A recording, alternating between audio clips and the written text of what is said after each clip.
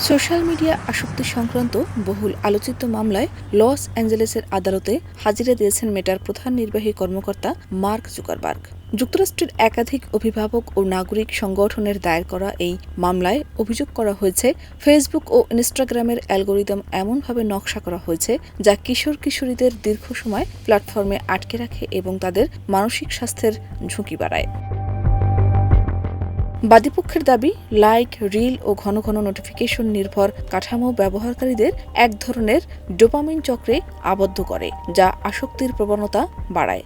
বিশেষ করে ১৩ থেকে ১৮ বছর বয়সীদের মধ্যে উদ্বেগ, বিষণ্ণতা ও ঘুমের ব্যাঘাতের সঙ্গে অতিরিক্ত সোশ্যাল মিডিয়া ব্যবহারের সম্পর্ক আদালতে তুলে ধরা হয়েছে।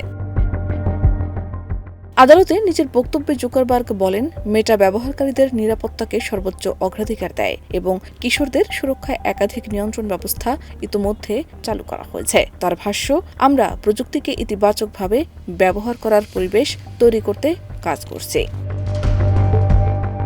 তবে তার সাক্ষ্যের পর আদালত প্রাঙ্গণে উপস্থিত অনেক অভিভাবক ক্ষোভ প্রকাশ করেন। এক অভিভাবক বলেন, আমার সন্তানের মানসিক স্বাস্থ্যের অবনতি হয়েছে সোশ্যাল মিডিয়ার কারণে। আমরা চেয়েছিলাম তিনি সরাসরি দায় স্বীকার করুন, কিন্তু তিনি বরং নিরাপত্তা ব্যবস্থার কথা বলেই সীমাবদ্ধ ছিলেন।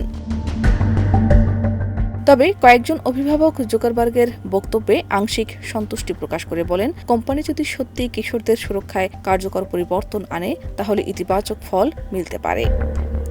শাহনাজ পারভীন, দেশ রূপান্তর।